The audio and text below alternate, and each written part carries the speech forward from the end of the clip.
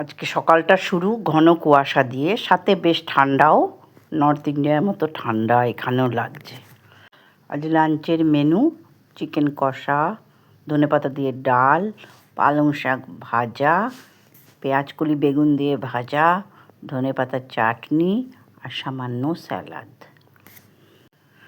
আজ মেয়ে হঠাৎ করে হায়দ্রাবাদ থেকে এসে আমাদের সারপ্রাইজ দিল। যাই হোক, এটাই আমাদের নিউ ইয়ার গিফট, খুব ভালো লাগে। আমার মেয়ে এসেছে শুনে আমার বোন এসে হাজির, চা তার সাথে স্ন্যাক্স। বিকেলটা খুব ভালোই কাটলো, বেশ ভালো লাগছে। আমার বোনের মেয়ে এলেই আমার মেয়ের সাথে শুরু হয়ে যায় হুজ্জুতি। দুজনে কেউ কারো থেকে কম না।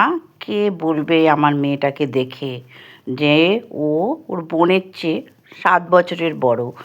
দুজনেই সমান তালে হুজ্জুতি করে যায়। সন্ধ্যের পর ওরা চলে গেল তিনজন। আমার বোনের বড় এসেছিল। আজকের দিনটা খুবই ভালো কাটলো।